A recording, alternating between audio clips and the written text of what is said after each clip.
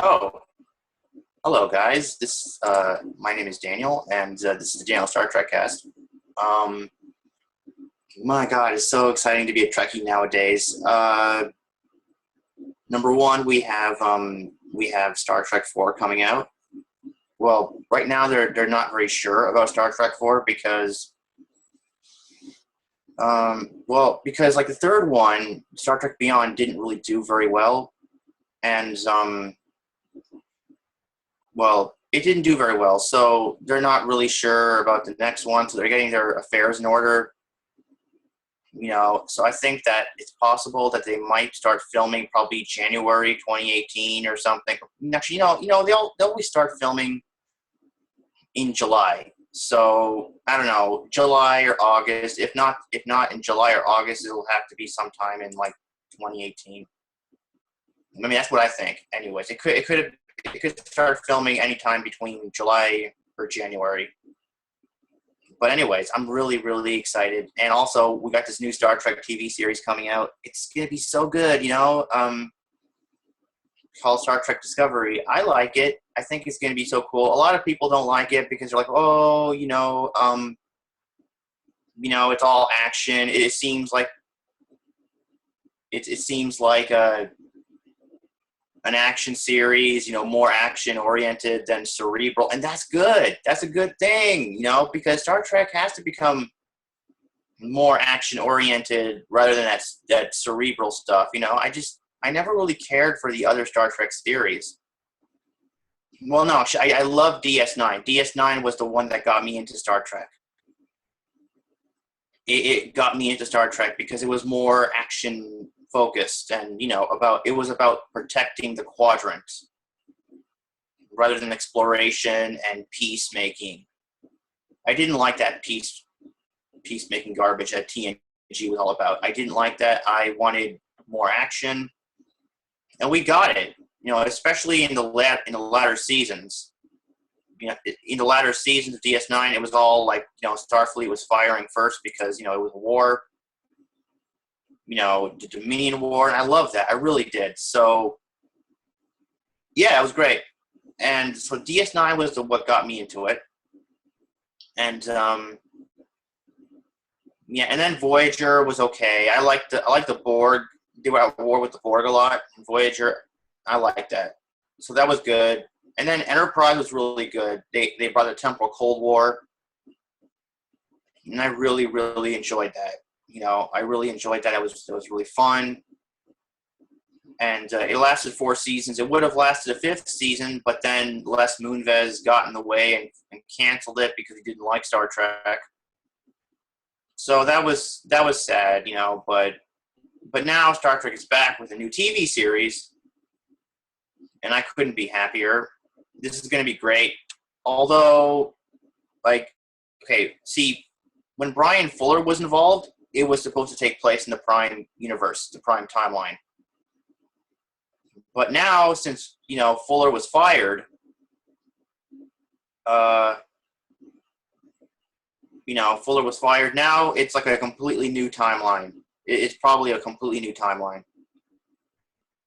So it may not even be the Prime universe. It may be another universe that kind of diverges from the Prime universe. So it is technically, I guess you could call it Prime 1.5 or something, or 2 or something. But it's exciting because, by doing this, by splitting the timeline, they can go in different directions. They can go in a more action-oriented routes.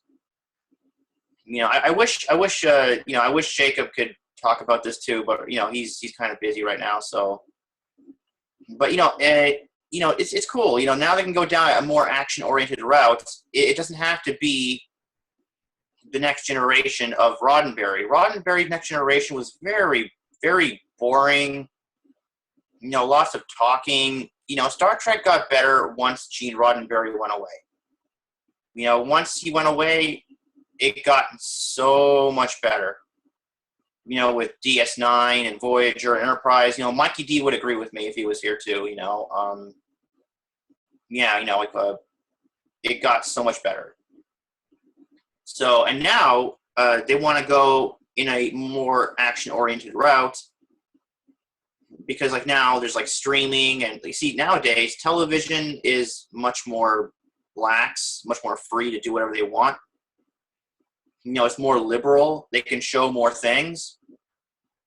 And not only that, but now they're on a streaming network, which means they have even more freedom to show whatever they want to show. So, this could be a good thing when you think about this, like we could have, we could have an awesome action-oriented series. I heard that this series is going to focus on the Klingon Wars. They're going to show the Klingon War between Starfleet and the Federation, and that's awesome. No, not Starfleet and the Federation. Starfleet and the Klingon Empire. So that's great. I love that. It's great. They get to show war now, more war in Star Trek, which I love. And there's a lot of hey Jacob, bring up that logo again. That was really cool. You see the split in the insignia? That, I think that's a representation, like a symbol. Like, this is not going to be your traditional Star Trek. It's not going to be your traditional Star Trek. It's going to split a lot of people. It's going to split the fan base, because some people, they want Star Trek to be all happy and preachy and diplomatic, but others want Star Trek to be more, warlike. So that's what the split is indicating in the insignia. This split is indicating that, yes, Star Trek fans, some may not like it, some may like it. So you're going to be the fan base is going to be split on this series. And also it signifies that the timeline is going to split into a third timeline where they can do whatever they want. And with Les Moonves and Nicholas Meyer in charge, we are going to get a much more action-oriented series. This new timeline is going to go in a much more action-oriented series. I know Joe doesn't like it because he's like, well, now the timeline is going to split in a new direction, and you never know. There may not be a Kirk. There may not be a Spock. Well, actually, there is a Kirk. There is a Kirk and there's a Spock. And he's like, well, there may not be any Picard. Maybe there will be, but he will be different. We don't know what split the timeline. We don't know. I guess we're going to have to discover that. That's why it's called Discovery. There's a lot of things to discover back in the story. So that's great. And, can you imagine, since they're splitting the timeline and they can do a lot more things now, just imagine what they could do with the next generation of this new timeline. Next generation of this new timeline will be unrecognizable. Do you remember Yesterday's Enterprise? That was a good episode. It was an episode where the Federation was at war with the Klingon Empire. And actually, they wanted to do that. But Gene Roddenberry wouldn't allow them because he was so obsessed with his peace. This is a peaceful show. It's not supposed to be about war. No, it's not about war. It's about peace. And so they couldn't do it. There was a lot of things that the writers wanted to do, but they couldn't do it. And so they made Yesterday's Enterprise, but if the writers had their way, it would have stayed that way. You saw Jacob, did you see Yesterday's Enterprise? That was a really good episode. I would have loved Next Generation to go down in that direction. Unfortunately, it did not.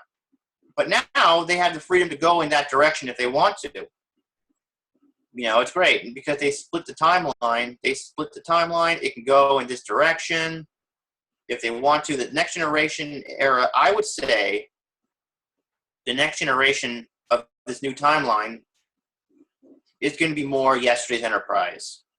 They wanted to go in so many directions Roddenberry wouldn't allow them to. They wanted to go in a more warlike direction with Yesterday's Enterprise. Unfortunately, they didn't do that. And then Maurice Hurley the guy who created the Borg, he wanted to create a war. He wanted to create a war with the Borg. He wanted a Borg war arc, an invasion arc. Unfortunately, he wouldn't allow that. So, yeah. But now they can do that. Now they can do that if they want to, and I'm really excited. See, splitting the timeline always means great things. It always means great things, and I'm happy for that. Oh, also, Nicholas Meyer has hinted that he's working on a new Star Trek project, and rumor has it he's working on a new TV series. You know, he could be working on a new Star Trek TV series. So this is great. They could be going down the Marvel route, where you know how Marvel has many different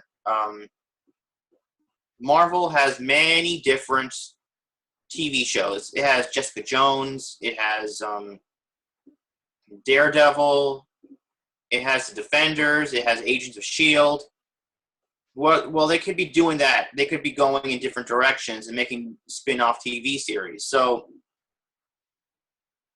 what I'm hoping for is that this is going to be this new project that Nicholas Meyer is working on could be a new Star Trek TV series.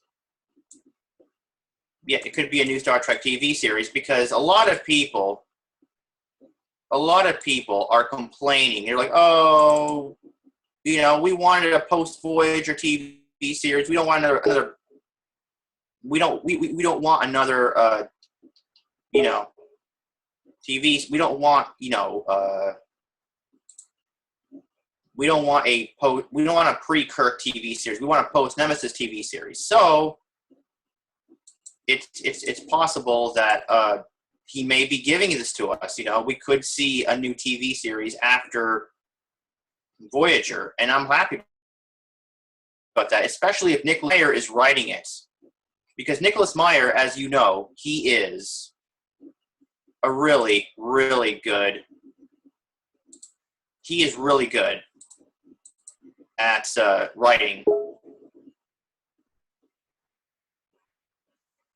You know, and that's really exciting. He's going to be writing this new thing, whatever it is. Wait, let me show you again. Sorry about that.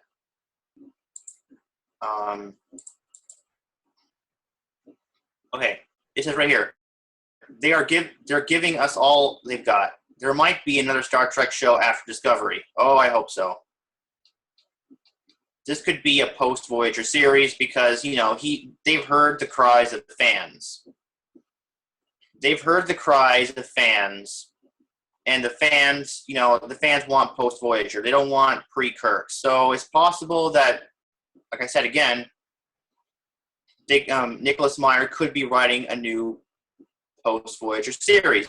And with Nicholas Meyer writing, it's going to be good because he gave us Star Trek II: The Wrath of Khan, the best movie ever made. Like the best Star Trek movie ever made. Jacob, do you remember Star Trek II: The Wrath of Khan?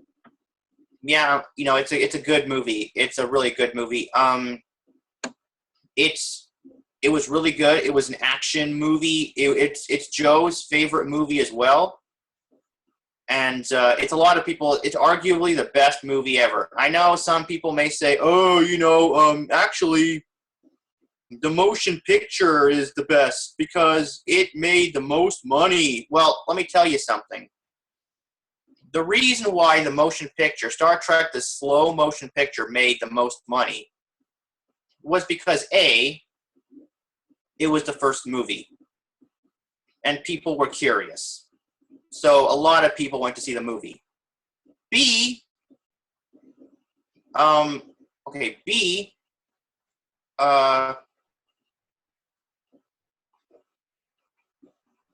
yeah. So yeah, A, it made the most money. Okay, it made the most money because A, it was the first Star Trek movie. B, okay, it made the most money. People were curious. and people were curious, so they all went to see it. B, back in the 70s, tickets were cheap. They were really cheap, and more people went to the movies.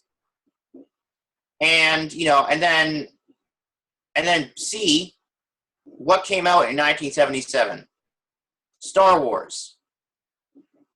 Star Wars made space movies popular.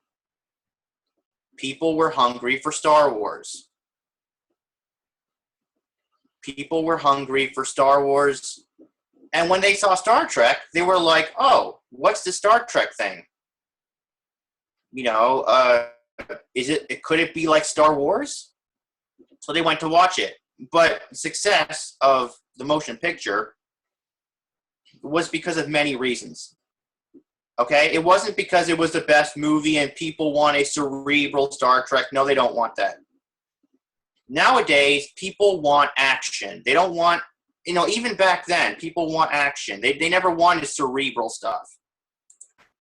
The people who wanted cerebral stuff were always small niche audience. They were always a small niche audience. So cerebral stuff always makes the least amount of money. And action-oriented stuff like Star Wars makes the most money. It's only logical. Normal people don't want to sit there and think and think and think and go into deep meditative thought. No.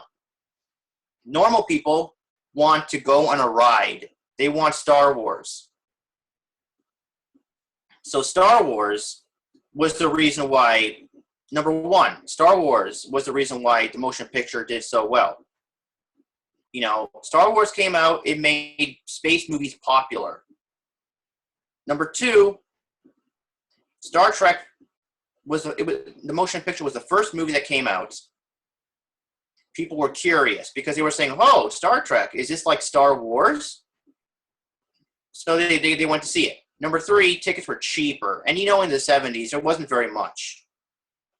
So everybody went to see movies back then because, well, there wasn't very much else. It wasn't like today. So yeah, the motion picture, it only did the most money because people didn't know what it was, and people were hungry for something like Star Wars. So yeah, so yeah, the motion picture made the most money only because people didn't know any better. They didn't know what it was. But The Wrath of Khan was the best movie. It was the best movie. And The Wrath of Khan was the best original series movie, and First Contact was the best Next Generation movie. I love First Contact. First Contact was great. There was a lot of running in that series. It started off with the Borg cube invading the Alpha Quadrant, destroying tens of thousands of ships. In the end, okay, and then later on they destroyed the Borg cube, and just like there were like thousands of people on that ship, and they all died. And after that, they followed the ship into the past. And oh my God, I'm trying to calculate the casualties in my mind. That movie had the most casualties. And that's why it was the best movie. It was the best movie because it had tons of casualties. It really quenched your bloodlust. And I have a really big bloodlust. I need my casualties. And I love that movie. It's my favorite Next Generation movie. And I love Picard in that movie. It was the best. He was the best. He was like running and gunning. And I know a lot of Next Generation fans didn't like that because they were like, oh, that's not Picard. This isn't Next Generation. No, well, shut up. It made the most money for a reason. It made the most money for a reason. It was the highest grossing Next Generation movie. It made the most money for a reason because it went out of its way to cater to another audience. a more bloodthirsty like Star Wars. So yeah, it attracted the general public. So it was great. I loved it. I love First Contact. In fact, I'm probably going to buy more of them if I find them. I love them. I got I don't know how many First Contacts I got. I got a lot of copies of movies. I get extra copies, you know, because like only the best ones. I get extra copies, like First Contact, or I got like 3 or 4 copies of the original Star Wars trilogy. Because, you know, if something is good, you have to get extra copies. They're just that good, you know. So I'm like, yeah. So, you know, this new timeline is really interesting. You know how, okay, people were complaining. For example, people were complaining. Oh, you know, for example, Enterprise. They were complaining because, oh, you know, there's a lot of contradictions. There's a lot of contradictions. Oh, no, why in Enterprise? The Enterprise takes place in the 22nd century. The original series takes place in the 23rd century. How come technology looks more advanced than the original series? You know, it doesn't make any sense. Well, you know, and a lot of people pointed out contradictions, like, oh no, you know, like Kirk met the Romulans first, not Archer, or Picard met the Picard met the Borg first, not Archer. And then Rick Berman came out and said, well, the reason why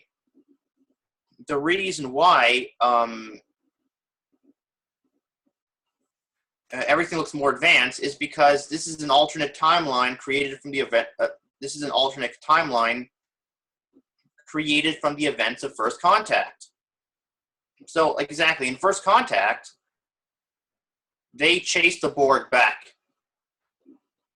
And then that split the timeline. When the Borg, you know, attacked the Earth, and then in the end, you know, they had to fight and you know, they killed the Borg and they went back to their timeline in the end. In the end, they went back to their timeline, but this new timeline is new. So yeah, so after First Contact came Enterprise, and Enterprise is a sequel to First Contact because First Contact split the timeline. So yeah, so Enterprise is a sequel to First Contact, and Discovery is a sequel to Enterprise. So technically, it is an alternate timeline, but it's still Contact, and First Contact is in the original timeline. So this new timeline stems from the original. So technically, when you think about it, it is canon. You know, it is canon. So yeah, sure, this is great. But I am so excited. I really hope that Nicholas Meyer is working on a post-Voyager series. Post-Voyager series. Because Nicholas Meyer really made Star Trek great. See, Wrath of Khan wasn't like the motion picture. Wrath of Khan was more action-oriented. Hero versus villain. Good versus evil. The stuff that you want to see in television. Not that stupid peace-loving garbage. So, yeah, he's going to do really good. If this is what he's working on, oh yes. It's going to be good. You know, yep, I really think he's going to be working on a post-Voyager series. You know what? Look, see, this is how I would have done it. This is how I would have done it if I was in charge. You move forward. You make a post-Voyager series. You know, you go forward like maybe like 30, 40 years after Nemesis. Okay, Nemesis happened in what? 2379. So 2379, 2389, 2399, 2409, 2419. You know, I would have set my series in like 2419 or 2420. And okay, everything would have been, the continuity would have still been intact because it would have been the same universe. The continuity, the timeline would have been intact. But I would have been like, okay, you know what? Things change. Peace doesn't really last. The next generation era was in the past. Now this is a new generation era. I would have introduced a new threat that entered the quadrant. A really new, a big bad new threat that was so bad that it devastated the quadrant. You know, it destroys the Enterprise E. It kills Picard. You know, Picard was like, maybe Picard met this new threat, like kind of like in the new movie when George Kirk met Nero. When George Kirk went face to face with Nero, you know, Nero destroyed George Kirk, so I would have had this new threat destroy Picard and the Enterprise E. And then they would have made a new Enterprise years later, like 20 years later. They would have made a new Enterprise. And this new Enterprise, its mission wouldn't be to boldly go and explore. This new Enterprise would be a warship. A pure warship. No scientists, no kids on board, nothing. And this would be a more battle-hardened crew. It would be more of an action crew. You know, diplomacy is a thing of the past. Now it's time for action. Now it's time for war. You know, the Federation would be at war with this new threat. You know, they would be, the Klingon Empire would have diverged. They would have gone back to conquering, you know, because Klingons are bloodthirsty murderers, butchers of space. They're not nice and happy-go-lucky people like Joe would have you believe. Yeah, Joe wants the Klingons to be happy and peaceful and yeah, whatever. No, that's not what Klingons are supposed to be. Klingons are supposed to be bloodthirsty murderers, and they're butchers. And that's another thing. Every time I suggest a series to Joe, he hates it. And every time I say, you know what, let's spin off a TV series. Let's say, okay, after the destruction of Romulus was destroyed, so that means the Romulan Empire fell. How about this? The Klingon Empire move in and they seize Romulan territory.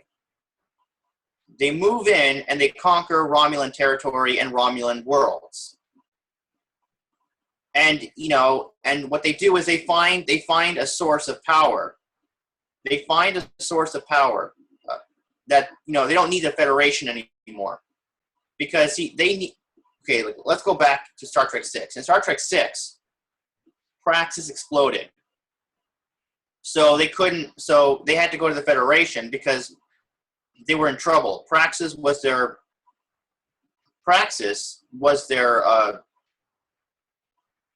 only source of power.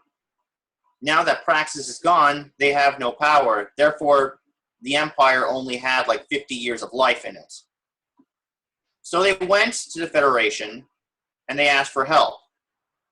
So the Federation said, okay, fine, we'll give you help, but you can't kill or conquer people anymore. You have to be nice. You have to be good boys, like Joe says. And I'm like, yeah, whatever, man. You know, yeah, you have to be good boys. I'm like, get lost. Klingons are not supposed to be good boys. They're supposed to be bloodthirsty and murderous. But no, you know. So I would have made a way where the Klingon Empire didn't need the Federation anymore. Where maybe the destruction of Romulus left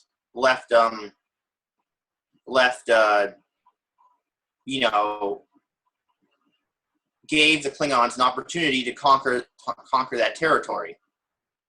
And this time, they would have found many, many, many more dilithium deposits. So they don't need the Federation anymore. And they're like, you know what? We don't need you anymore. Fuck you, Federation. We don't need you anymore. You're not going to keep us nice and peaceful and good. We're Klingons. We're evil. We're bloodthirsty murderers. So they go out and they conquer worlds again. And Joe hates that idea because he wants Klingons to be peaceful. And I'm like, screw you, you fat... Never mind. So I'm like, he wants Klingons to be peaceful. And every time I suggest a series like that, he's like, nope. They could do that and it could fail. And I'm like, yeah, because you want it to fail. Because you want it to fail. Because you don't like that. because you want peace in your Star Trek. Peace, peace, peace. You know, you like peace so much. Why don't you go and suck on a piece? You know, like Jesus Christ. But anyways, yeah. So like, peace, peace, peace. And anyways, yeah. So.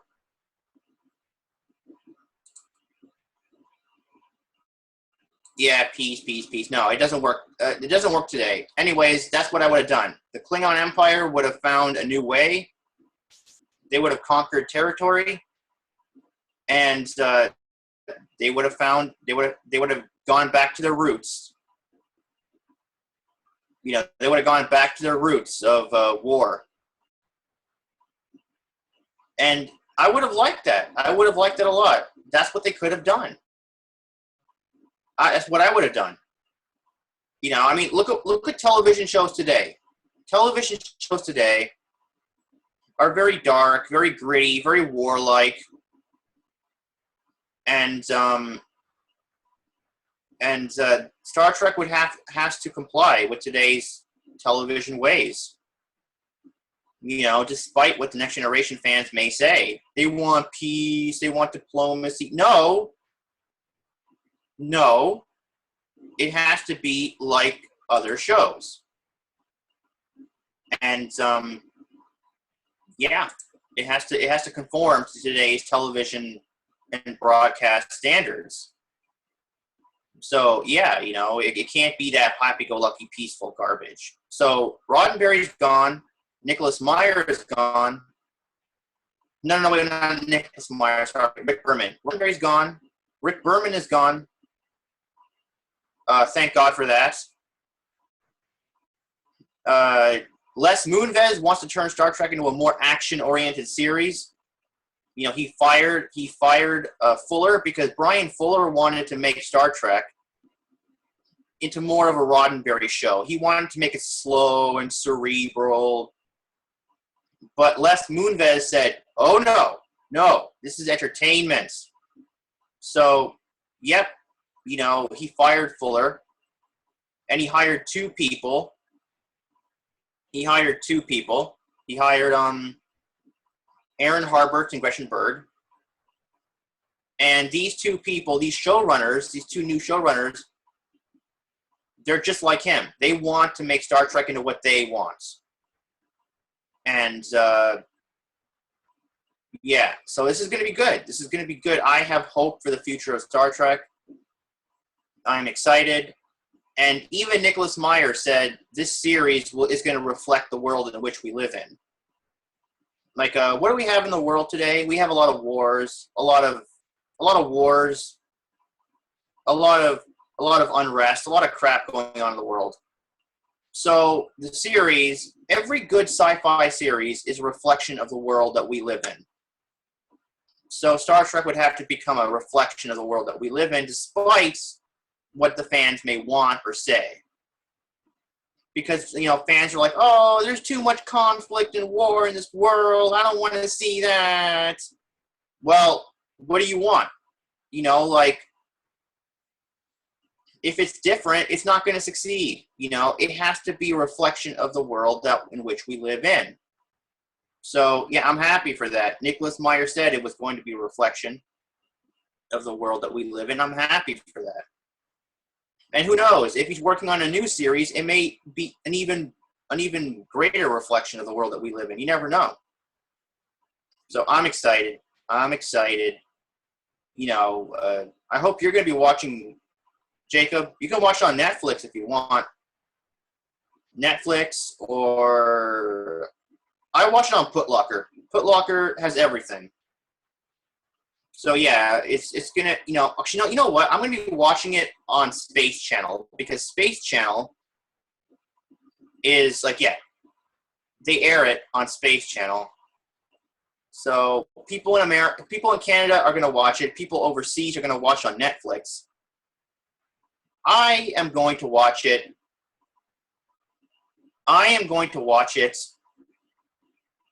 On Space Channel, and I think it's gonna make a lot of money. It's going to make a lot of money. So I'm really, really excited.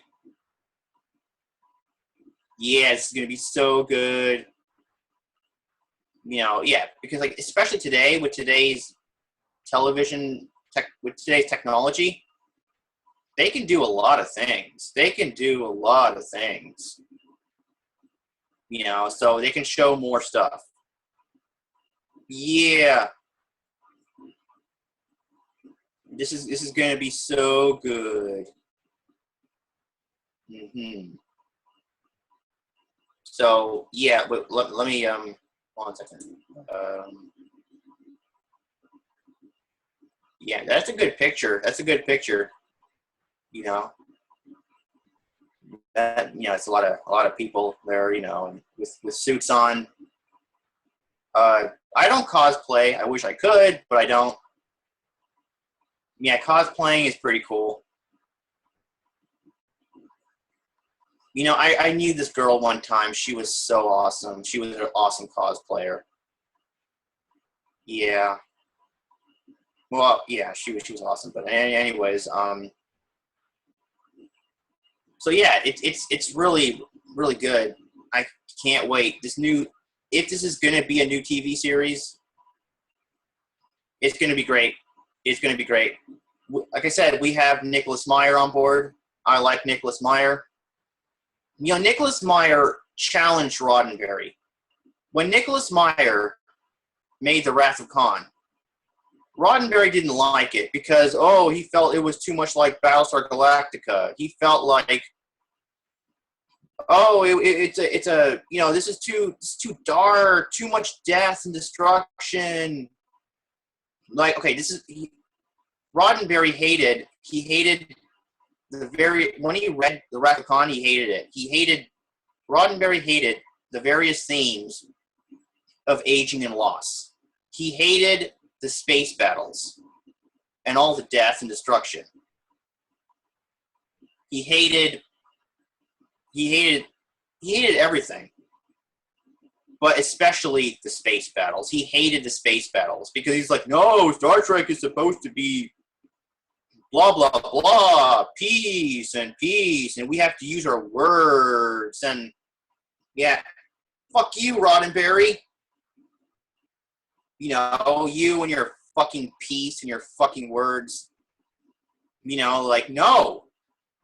Get lost. Jesus Christ. Anyways, so the motion picture was horrible. It was a nice, peaceful movie. And I didn't like it. Was good if you wanted to go to sleep because it was a very calming movie. It calmed you down. But it wasn't very good for action. Wrath of Khan, really good, really good. In fact, Nicholas Meyer and Roddenberry clashed on this, and they fired Roddenberry because he wouldn't comply with this movie. He didn't like it. He was like, this is an action movie. Star Trek shouldn't be an action movie or series. Get lost, Roddenberry. What a joke. That guy's a joke. So, anyways, yeah, yeah. So, I'm happy that Nicholas Meyer is on board. He was always very skeptical about Roddenberry and his vision.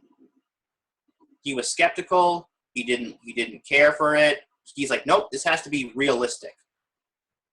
And he made The Wrath of Khan, which was very realistic, in my opinion. But it's an opinion based on a fact. It was the best movie, and it was very realistic. It was gritty, and I like that. So, yep. So yeah, it was really good, and yeah. So hey, Jacob, do you think this could be a new TV series coming, like a second TV series coming? Because that would be really awesome. And also, there's another rumor that says, this could be a TV show. No, he could be working on Star Trek 4. The sequel to Star Trek Beyond.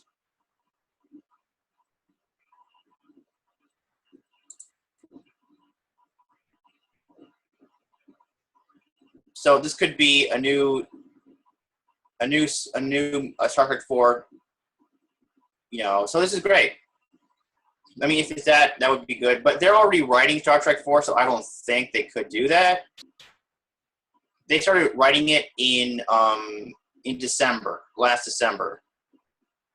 So yeah, Simon Pegg and his Chinese bitch Doug Jung is back writing the movie, and I'm like, oh man, not this. You know, like not this. You know, I don't like those two. Those people were horrible. Beyond, in my opinion, wasn't a good movie at all. Beyond wasn't a good movie at all. It was boring. It was very episodic. You know, I didn't like it. I think Jacob, did you like Beyond?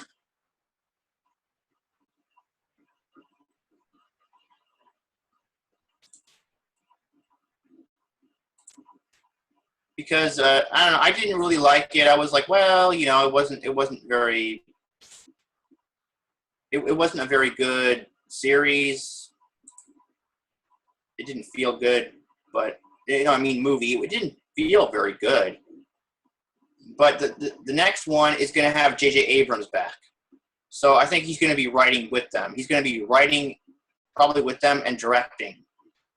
And I love J.J. Abrams. I love J.J. Abrams, and I know a lot of people hate him and say, "Oh, he ruined Star Trek. He's a fucking idiot." Well.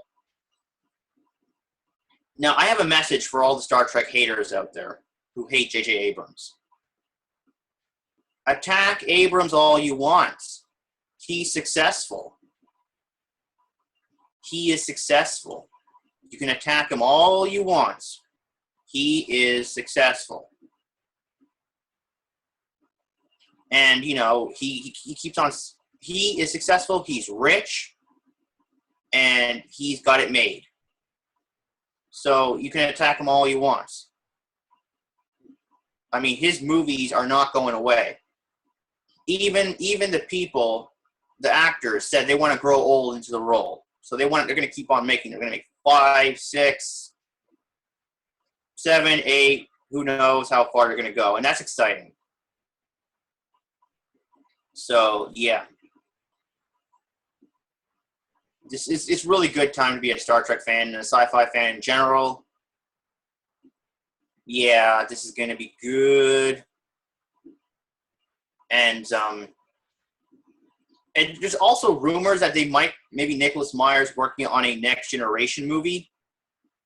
See, I like Next Generation when it comes to the movies. The movies are the best. You know, and you know what? Next Generation fans have to face the music. If a Next Generation movie will come back, and let's say they want to come back for one more movie to pass the torch to a new crew, it'll have to be done in the way of Star Trek 09. It'll have to be with that same pace and feel. It can't be all preachy and happy and diplomatic. It can't. It has to be done in J.J. Abrams' tone and feel, which I'm like, great. See, J.J. Abrams, he's the man. He's great. He is awesome. Yeah. See, Star Trek 09 made people hungry for space movies. That's why sci-fi is really popular nowadays, especially nowadays. Just like Star Wars made people hungry for space movies back in the 70s. So, yeah. I mean, this guy is a great guy. And I know a lot of people that attack him, but, you know, whatever. Those people are a bunch of morons because this guy is much more successful than they are. They can say whatever they want. He's successful. You know. And he's great. He's a great guy. He's a great guy. I wish I could shake his hand and, you know, say, "Hey, buddy, you're the best. You're the best, man." So yeah,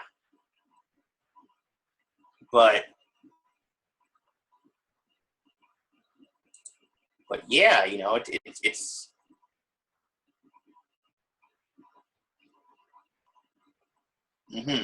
it's awesome.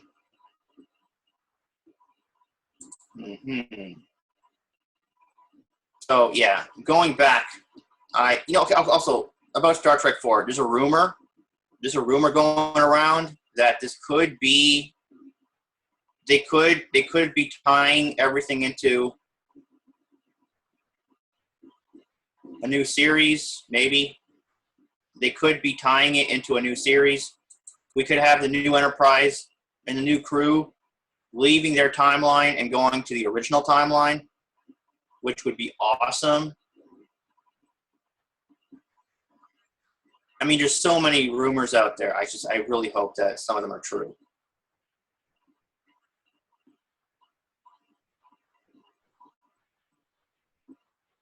So all we have to do is wait. All we got to do is wait.